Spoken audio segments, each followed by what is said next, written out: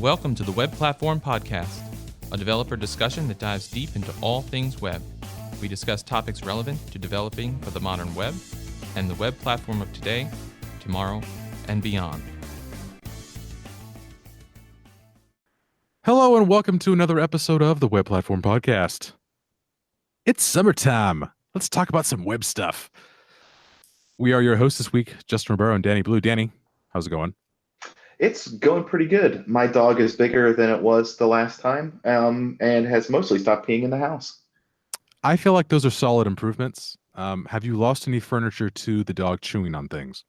I've lost a hat and a sock. What's interesting is that she will not chew on it. Like if she finds a sock, she will want to find the other one. She knows they come in twos, and so she wants both of them in her mouth at the same time.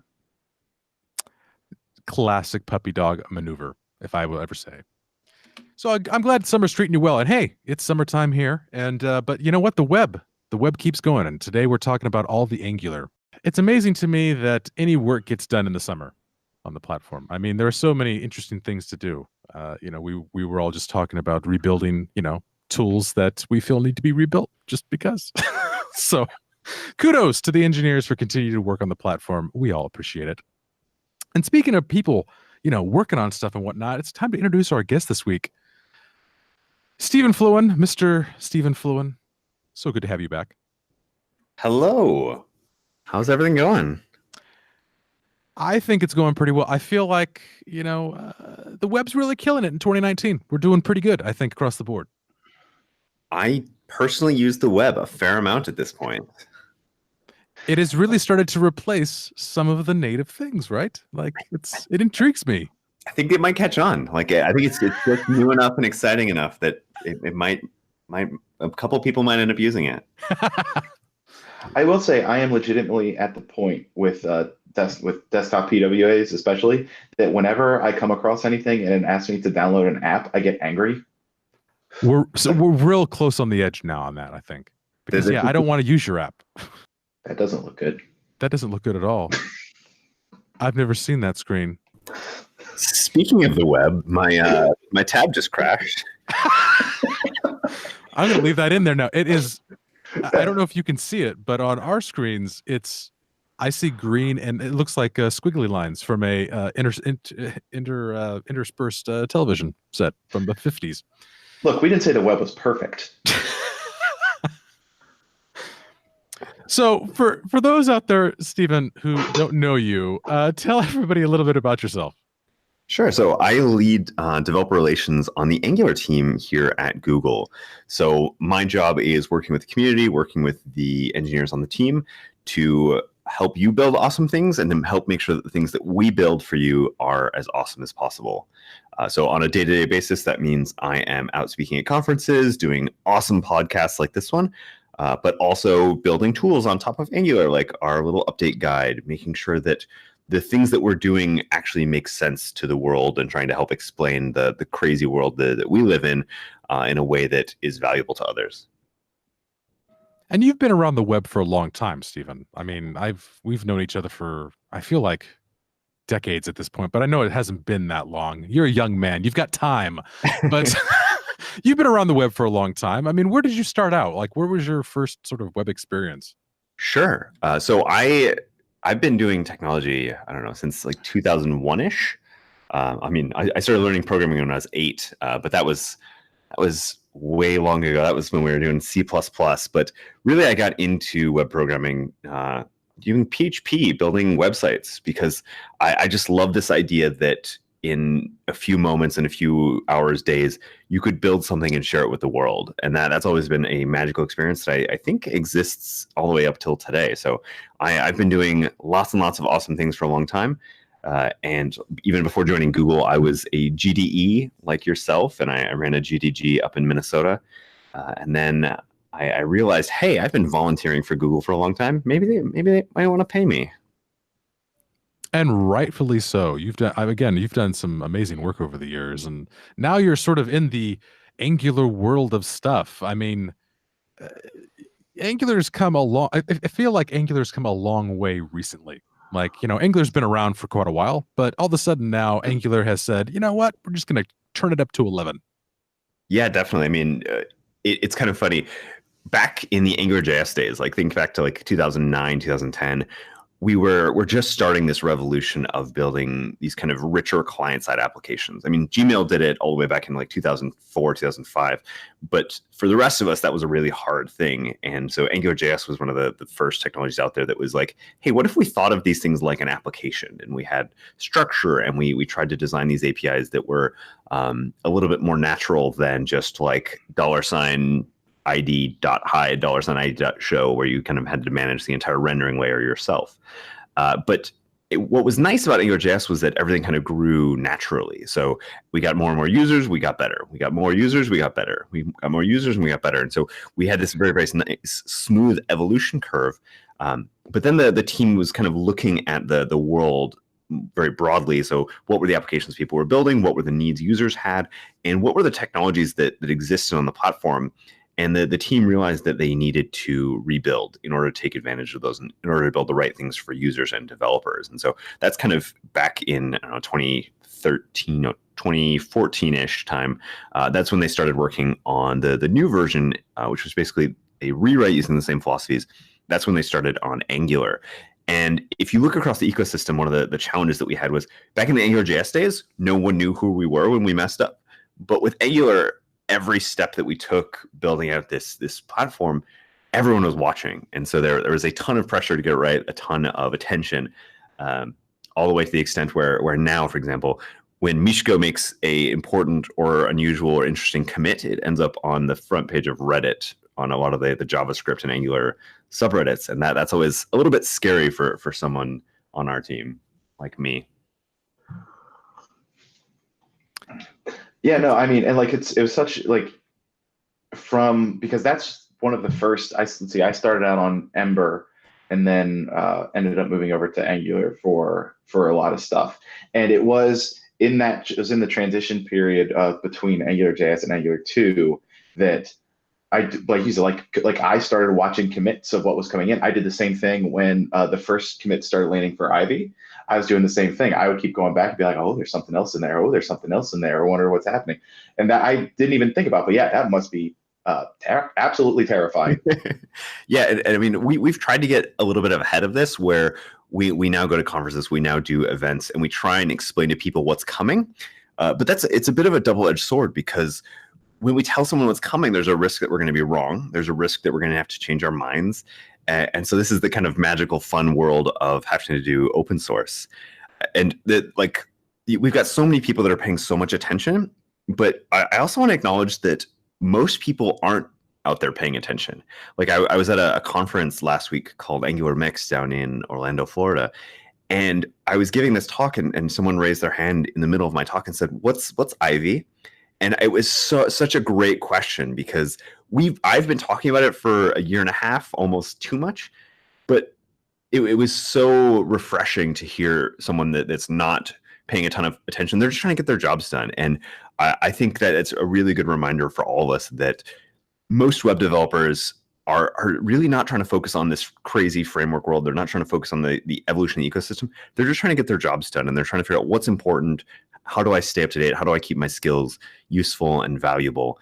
And so I always want to try and reflect that kind of silent majority of folks out there who are just trying to do better every day. Yeah, sometimes we get lost. Those people get lost in the conversation these days, it feels like, particularly when you have the big internet boards of the world that just want to focus on, again, the minutia of sort of progress, where maybe that's the wrong API choice and blah blah blah. But at the end of the day, there are other actual people who are just trying to trying to meet a requirement, some specification that they have to deliver downstream. And sometimes we need to step back and look at those folks, because they're developers too. I think they both exist and are the majority of developers, and we all get caught up in this kind of Twitter sphere of like what's the latest and greatest, what's coming out next week, instead of focusing about like, what can I do today? What should everyone be doing today, and how can we do our jobs better? Well, speaking of the latest and greatest, Angular did just recently have another major release that just happened in Oh man, was that in May? Yeah, it was right at the end of May. Okay, all right. But yeah, so Angular 8 is now out in the world, and came with a bunch of, as with every major release, came with a bunch of really, really cool stuff. There's the differential loading, better support of web workers, other things like that. So really, I think it would be cool if we just started going down with some of the, I don't know, tentpole features are of the latest major release. Sure, sure. So as you know, we release basically twice a year a new major. So in 2019, we released version 8, and we'll probably be releasing version 9 this year. And our intent is that each of these releases really just makes Angular better and continues a slow evolution.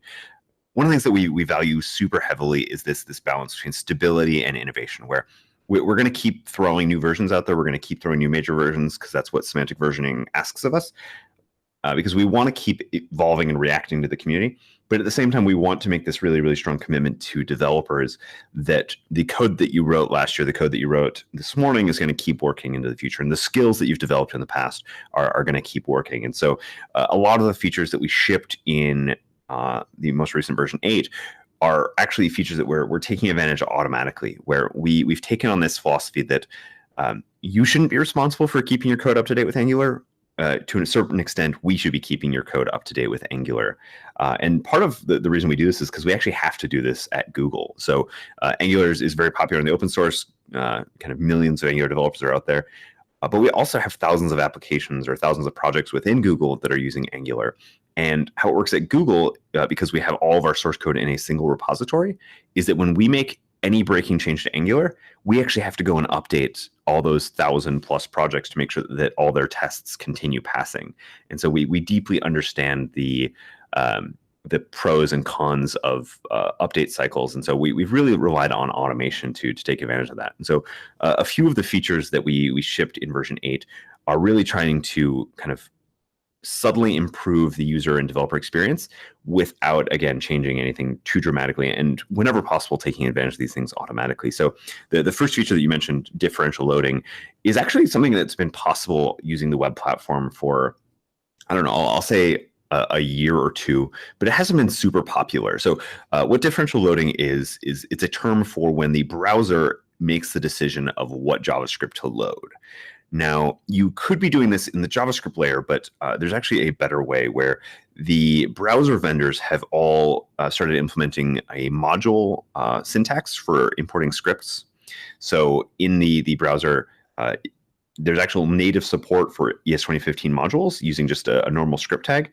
And what they did was the really intelligent thing is there's a alternative no module attribute that you can put on a script tag, which is if your browser doesn't support modules, it doesn't load the modules, and if it supports that, it doesn't load the no module. And so we can, using these script tags and these attributes, we can dynamically understand, does the user's browser support ES 2015 or does the user's browser support ES5, and serve only the right bundle. And so what we do, we automatically update your project to this in version 8. And so when you run a build, we'll actually give you both ES5 versions of the project and the app and the modules and all these different pieces, and we'll give you an ES 2015 version. And what we do is we automatically put in the ES5 version all the polyfills you're going to need to make sure that the application keeps working. And so for a little bit of an increased build time, so that you get out these two builds for different browsers, you can now very, very trivially support modern browsers with less JavaScript, faster parse time, faster startup time, but still continue having the great support across all of the kind of legacy browsers that we include. And that's really, really cool. I think it's awesome that it's something that's not in a JavaScript layer, that it's something that is, taking advantage of the way that browser vendors are implementing module things. And now there is a way to configure this as well, right? Where you can say, oh, this is how much browser support I need, because maybe you only need to support more modern browsers and you don't need that extra bundle. Yeah, there's two things we do to support that. So in your tsconfig, which is the configuration file for your TypeScript in your application, you can say what version of JavaScript you want to target. So if you say, hey, I want to target ES5, then we're just going to be generating the ES5 bundles. And we also have a file called browser list, where what we found is that it's really, really hard to understand what you need to include and how you need to bundle for different browsers. So instead of asking people what features they want to ship as part of their bundle, we just ask them what browsers they need. And then once you specify the browsers you need, the tooling actually is what does the right transpilation, the right polyfills to support the specified browser. So if you don't need IE 9 and 10, you can say, I don't need those. And then the build is kind of smart enough to take advantage of that information. Which is quite the feat, I just want to point out. Because that is not particular. Like, I realize, oh, we've got tools that do this. If you've tried to build those things around it, that is not as simple as Angular makes it out to be, which again, kudos, because you've taken something that is relatively difficult to do at scale, no less, and made it much more accessible to a much wider set of developers. Yeah, and I mean, it's definitely challenging. And one of the principles that we have is all about this kind of try and fall back as gracefully as possible. So, for example, I think in early versions of IE, I'm forgetting the specific version, but web animations don't really work, right? Like they don't have the APIs even to do the types of animations that the developers are using. And so you can include a polyfill to get those, but if you don't include that polyfill because you don't want to pay the bundle size or because whatever other reason, basically we try and make it so that those animations don't trigger, but you still get all the behaviors that you expect. So the things are still showing up on the screen or disappearing from the screen or getting listed out or printed to the DOM in the right way. So we're always trying to have this balance between giving users the control and the understanding of what's going on enough, but also the right level of kind of just automation of, we understand browsers, we understand polyfills probably better than most teams because they haven't had to go spend a bunch of time figuring those things out. And we can try and make some of the right trade-offs out of the box. So, Danny, what magical thing else should we talk about on the list of new features that are coming in Angular? What's next on your list? So the other thing that I'm excited about, so Justin, as you know, I've been an enormous fan of web workers for years and have been beating that drum for a long time. And now the Angular CLI has improved support for web workers. So for anybody that doesn't know, that normally the way that you handle web workers is there's a constructor that you call, you say new worker, and you pass it a path to a script tag. So Stephen, I was wondering, and if you could walk us through a little bit how the CLI is improving that overall working experience. Sure. So there's a couple things. And I mean, at the end of the day, it is all just pure kind of web workers from the platform. But we do two things to try and make it a little bit easier for developers. So first, in our CLI, we have a generate command. So if you run ng generate web worker, we're going to automatically create that web worker JavaScript file for you. We're going to create all the methods for kind of sending notifications that it needs. And then we will help you kind of instantiate that web worker in your application in the right place. And so there's the kind of creation. If you haven't used a web worker before, you can go follow a guide, or you can just use our generator to scaffold that out. And then the second part is really just tapping into the build system to do the right thing, because we, on the Angular team, we want everyone to be able to write in TypeScript and kind of take advantage of modern JavaScript features. And so you have to actually do some level of configuration to combine the transpilation of that web worker and then make sure that you are generating a chunk of JavaScript that can be shipped to the browser in the right way, right? Because you don't want Webpack to bundle that web worker into your main code set. You want to make sure that you get kind of all those benefits at the same time. Yeah, which I think is awesome. I've had a bunch of projects in the past where we'd have to, have some layer on top of the CLI to make it work, or just use vanilla JavaScript and just count on VS Code to help us around with tooling and that kind of stuff for things that we were importing. And so you mentioned one very specific thing that's an excellent segue to another really big thing in the latest Angular release when you talk about tapping into the build system. So Angular has had this thing called Schematics for quite a while, which allow developers to build their own generators. For example, like if you wanted to build your own web worker generator in the past, you could have done that on your own. The CLI introduced a new API that I believe is just called Builders? Yeah, so we actually went back and forth on the name a little bit. So the part of the CLI itself that runs these things is called Architect, but for most developers, basically there's two things in the CLI. There's schematics and now these new builders. So if you look across the whole litany, the whole list of commands that you can have in the CLI, ng generate, ng new, those all use the schematics, right? Because they're modifying the project tree, the file structure on your file system. But then we had all these other commands, ng build, ng serve, ng test, all these sorts of things. And what we've done is we've standardized the API for those so that you can tap into any of those. And we call these our builder APIs. And so now really the CLI is literally just schematics and builders.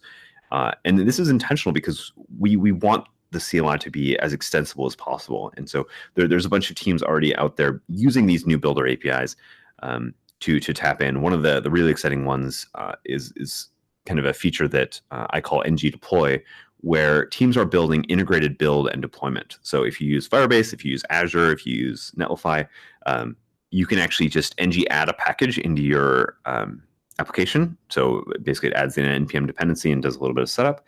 And then when you run ng run, like the name of your app :deploy, it will do an integrated build. So it'll use Angular's knowledge of how we should be building your application for a specific target. And then it uses the builder kind of from whatever third party you're using to actually handle the deployment. And so in a single command, I can do ng deploy effectively to Firebase and get out an application that is not just kind of opinionated on the client side that as we normally do, but we can start to be a little bit more opinionated about the serving of that application.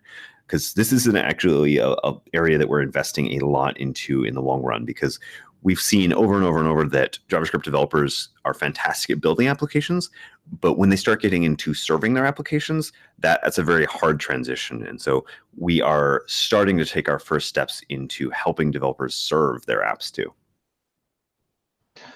Yeah, no, I think that's awesome. I think it's great that there is now this extensibility into this, which I know, like from being involved in the CLI community has been an enormous ask for a very long time. Because I know originally what everybody wanted is they just wanted you all to expose the Webpack config. That's what they wanted. They just wanted you to expose the Webpack config so they could throw in whatever they wanted. And you all took a really hard line on that, saying, no, we're not going to do that.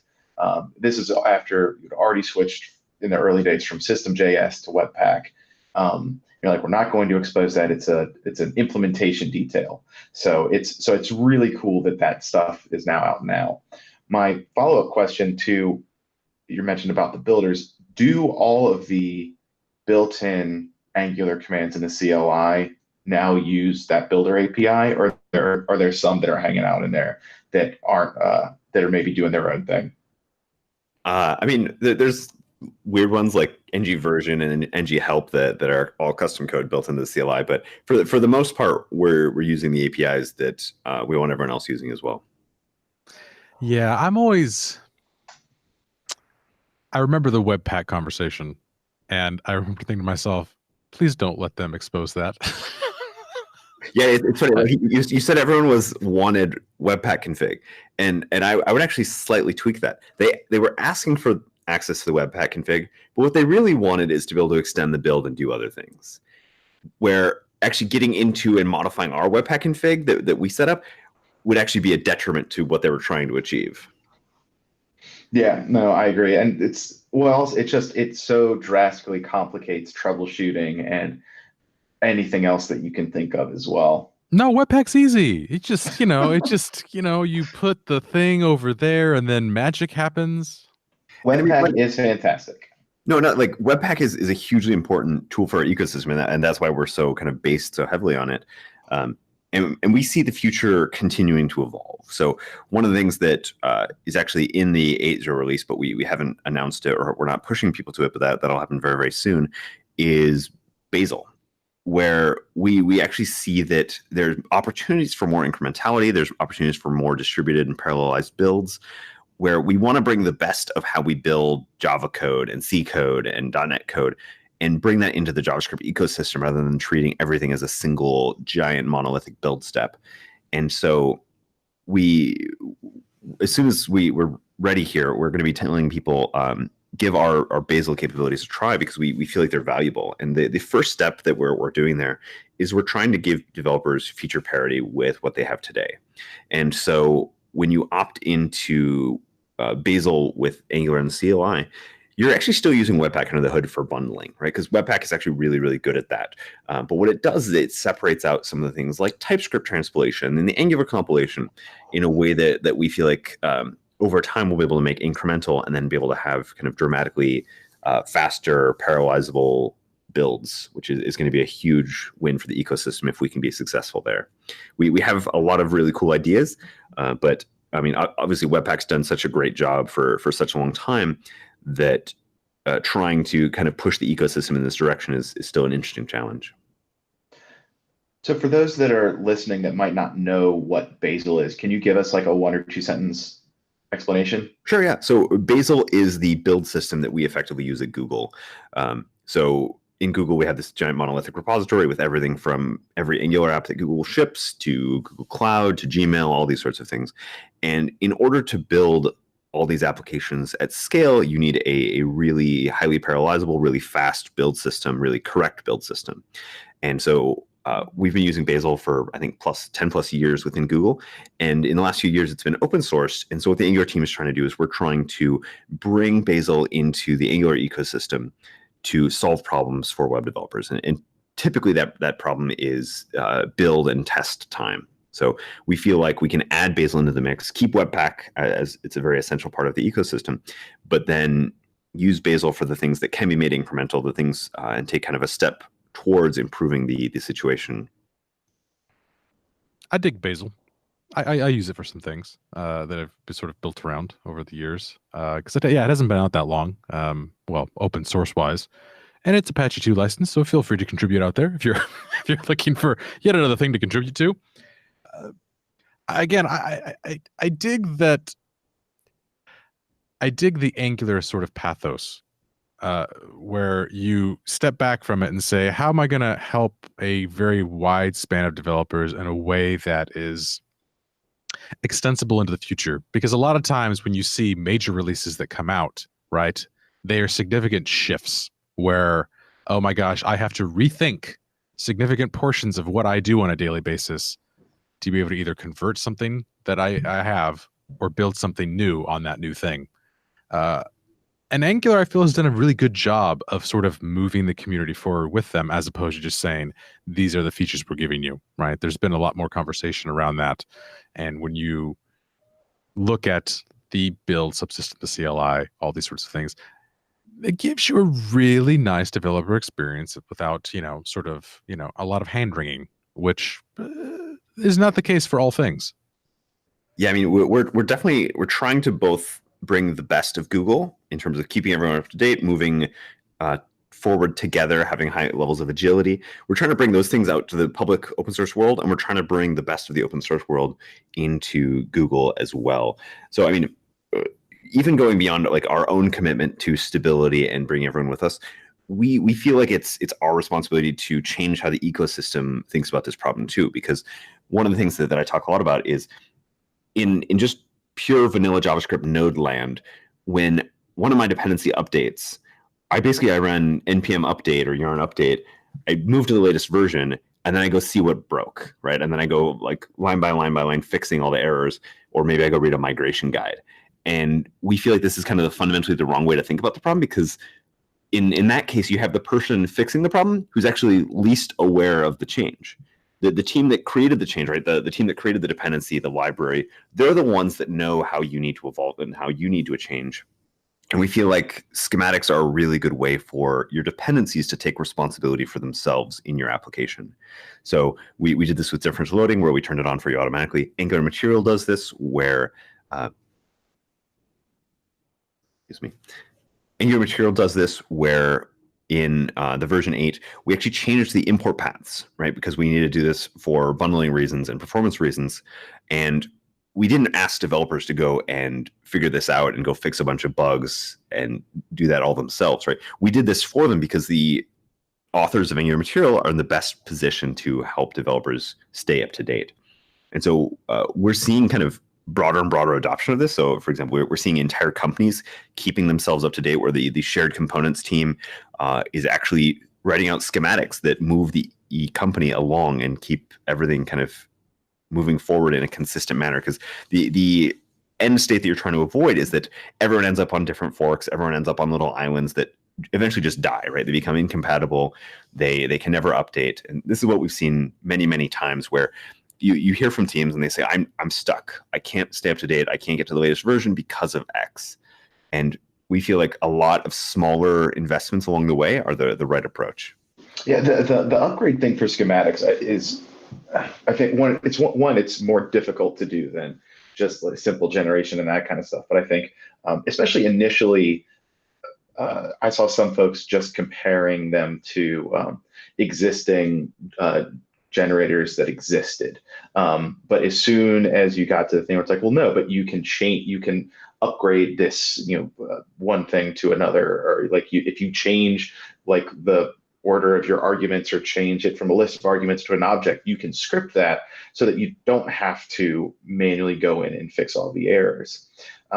And a very good example of that just now with the latest update is the change to the import syntax for lazy loaded modules, which I will assume has been was part of the schematic for upgrading that stuff. Yep, exactly. So the change he's talking about is that we historically in Angular, we've had this really nice lazy loading feature where in the router you can say, when I go to my about page, go load the about module. When I'm on the edit page, go load the edit module, which is a highly, highly recommended best practice, so that you only ship the minimum amount of code that a user needs for the part of the application that they're in. And the way that we accomplished this was with a string. So you'd have like load children : about module pound about module. And this was all custom. This was something we built into our build tooling, that where we kind of pre-processed it before handing it out to Webpack. And one of the things we did in version 8 is that we added support, and we deprecated this old way of doing it, and we added support for dynamic imports. So we feel like dynamic imports, where you imperatively import a third-party script as part of the runtime of your application, is kind of the right way to do this. It's what the ecosystem's moving towards. It's what Webpack understands. It's what Rollup understands. And so what we did is we got rid of all of our custom tooling, or we deprecated our custom tooling, and now we're relying just directly on that ecosystem standard of dynamic imports. And what this did is this actually required anyone that used this lazy loading capability to change how they import their lazy loaded modules. But as you said, we were able to build a schematic that updates your code for you automatically. So if you're using lazy loading previously, your lazy loading basically just keeps working in version 8, and it's using the more modern syntax that we're moving everyone towards in the future. I really dig dynamic imports. I feel like it's been a long time coming. Firefox just turned it, we finally got in Firefox, but the fact that we all used to do it in some form, like Angular, with its lazy load and other sort of situations, now we have this platformy thing that we can all just use. And it's kind of interesting because, like, we even though we're using dynamic imports, we're still relying on it as a build step. But if at some point it made sense from a performance standpoint for the ecosystem to just ship those natively to the browser, we can do that. And that's kind of one of my favorite parts about Angular, is how our opinionated nature and our control of the kind of end-to-end process means that as the web, as these cool new capabilities of the web become stable, become what people should be using, we can switch people over automatically.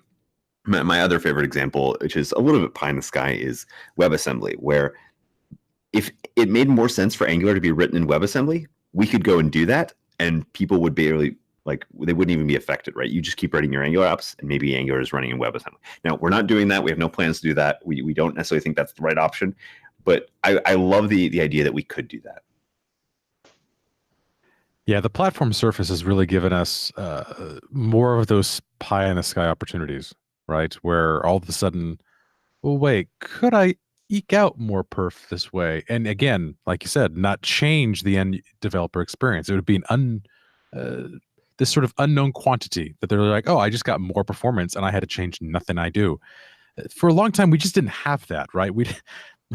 I remember the dark times where we just didn't have those, that hope that we're ever going to get another API that was going to ever help us in these regards. And now it seems like we get a lot of APIs now, and there's a lot of sort of an experimentation on the platform that will sort of drive our tooling and our frameworks and the things that we use to more interesting cases that we just were unable to achieve before. And like you said, all of a sudden we had tooling for that did that. Well, now we don't need tooling for that. Saves us here a little here. Oh, we don't need tooling for that either. Saves us a little there. Yep, and that's really core to some of the things that Angular thinks about, right? Is staying in sync with the ecosystem, right? We were one of the first adopters of TypeScript, which gives developers all of the features of kind of modern JavaScript that you want without having to ship ES 2015, ES 2017 to the browser. But now that those things are stable and standard, we kind of just flip the switch, and now everybody's using them. Yeah, there is a great power to that because again, not all frameworks or things have that sort of cadence, right? Again, so many developers have been burned over the years with the notion that if I update this major thing, I have a lot of work in front of me.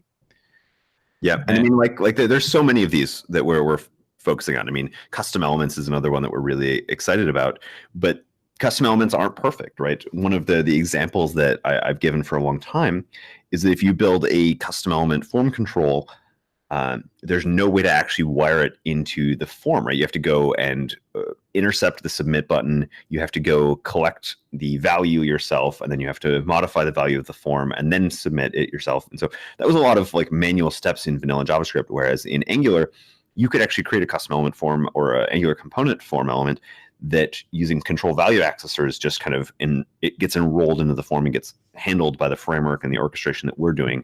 But I actually just noticed that coming up in Chrome 77 on their list of features is that they're adding what's called form-associated custom elements. So that's a feature that didn't exist in custom elements, and it looks like in the roadmap now.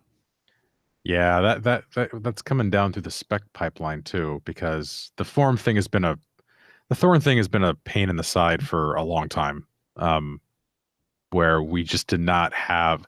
There's a whole backstory too, but the general gist is, hey, now that a lot of people want to use it, hey, maybe we should work on that. So I'm glad to see that it's coming down the pipe, because again, right, you have a feature, you've written this thing, and then as the platform catches up, you can again remove that custom shim stuff that you had out.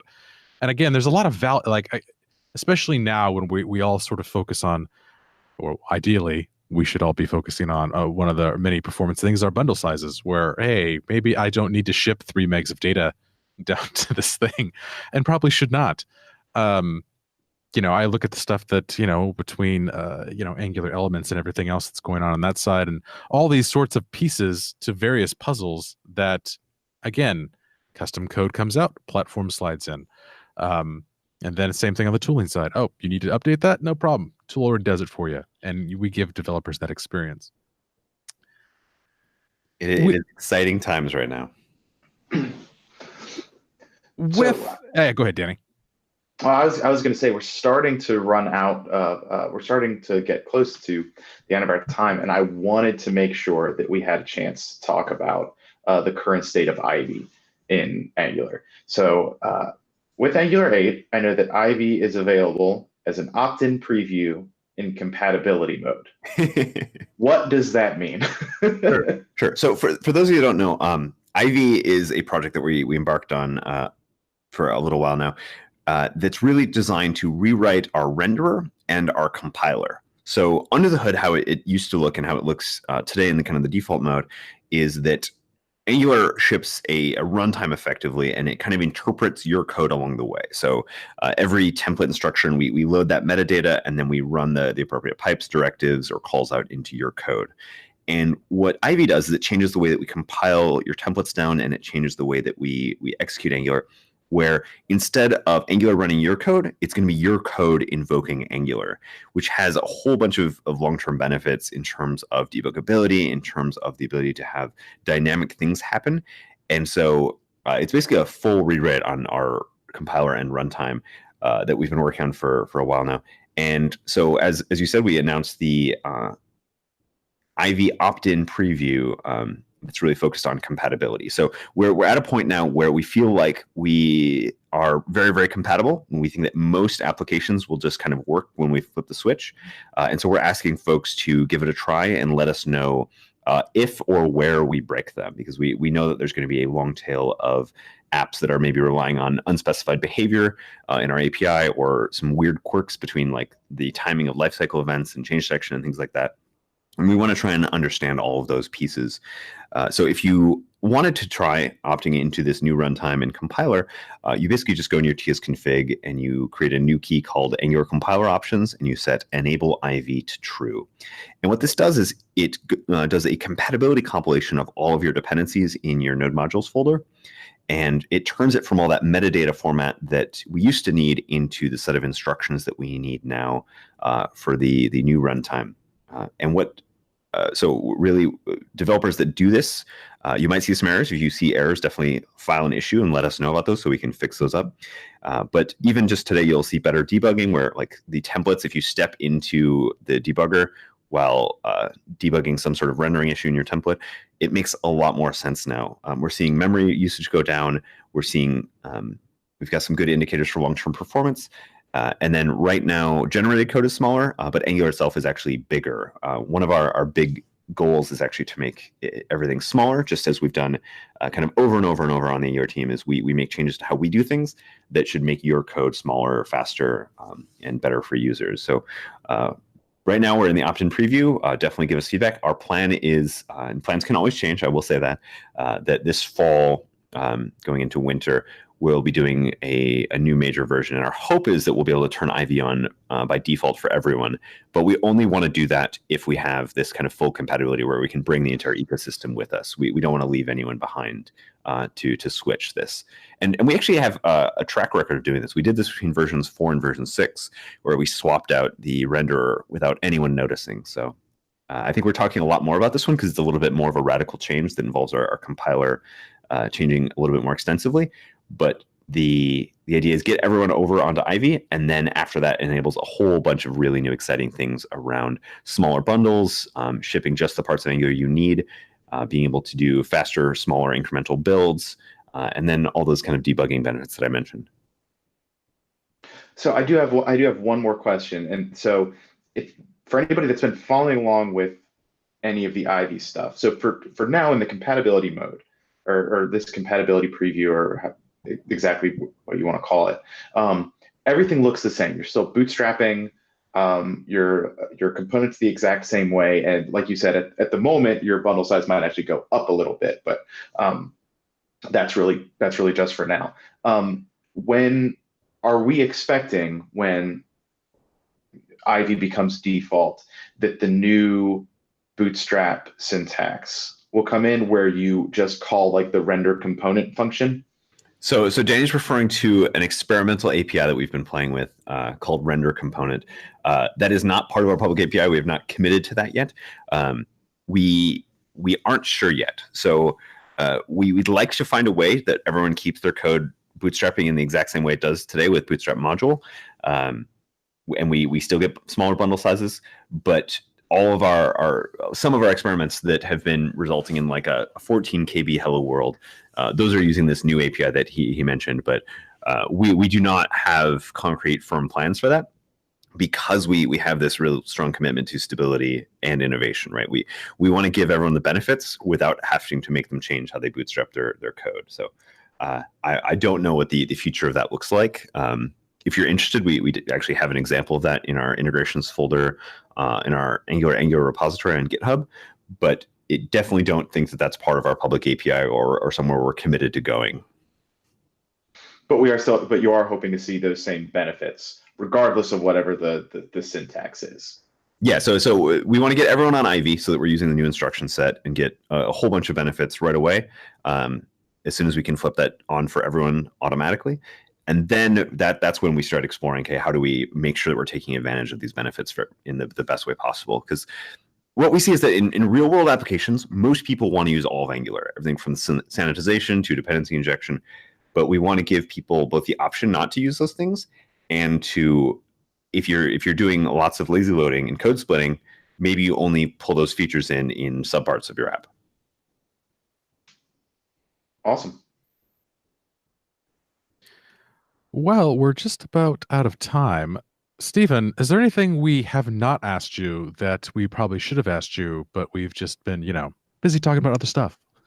No, I think we've covered a lot of really good stuff. And I mean, the only other thing I'd bring up is we're always listening. We're definitely here. We want to hear from the community. We want to be part of the community. So if you have thoughts on any of this, definitely feel free to reach out, file an issue on GitHub, or send us some sort of angry tweet.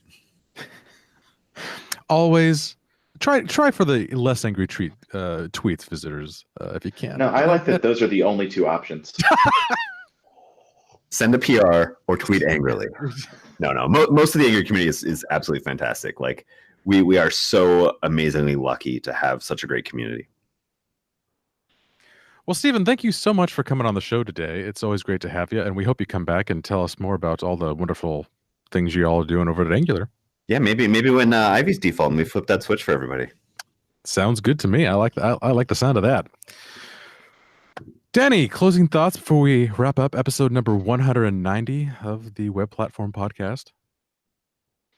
No, I do encourage everybody to try, if you do have an Angular application, especially if you don't have an enormous number of third-party dependencies, try flipping on the experimental Ivy flag, and just see what happens. Yeah, and even if you do have third-party dependencies and it breaks everything, just flip the switch, let us know, and then flip it back. There's no real risk to you. File those issues, listeners. File those issues. The open source community needs your support. Well, with that, let us wrap up episode number 190 of the Web Platform Podcast. Today, we've had Stephen Fluin on from the Angular team talking about all the great things that are happening in Angular world. Tune in next week when we talk more things web, more things platform, and enjoy summer if it's summertime where you are at. Thank you very much, listeners. Bye, everybody. Bye.